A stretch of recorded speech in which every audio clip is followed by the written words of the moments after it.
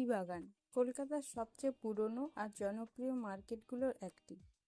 আজ আমরা পরিবার সহ এসেছি এখানে শপিং করতে। আপনাদেরকেও ঘুরিয়ে দেখাবো বাজারের রঙিন দুনিয়া। তো চলুন। নমস্কার, আজকের ব্লগটা শুরু করছি লেকের ধারে হাঁটতে হাঁটতে। চারপাশে কত সুন্দর শান্ত পরিবেশ আর জলের এই দৃশ্যটা একেবারে মন ছুঁয়ে যাওয়ার মতো। আজকে যাচ্ছি হাতিবাগান কিছু কেনাকাটা করতে। এবারে ঢুকে গেলাম একটা সুন্দর পাঞ্জাবির দোকানে। এখানে অনেক রকম কালেকশন আছে, রং ও ডিজাইন সবই বেশ চমৎকার লাগছে।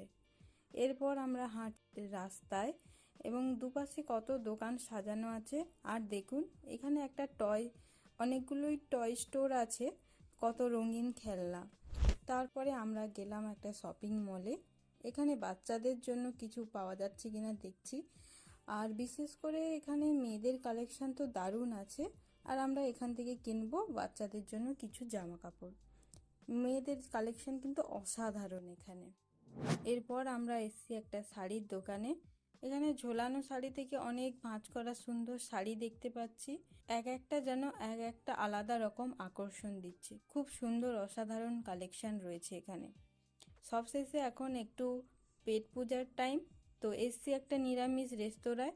প্রথমেই আমরা নিলাম দই বড়া, তারপর মশলা ধোসা। আহা, স্বাদটা অসাধারণ।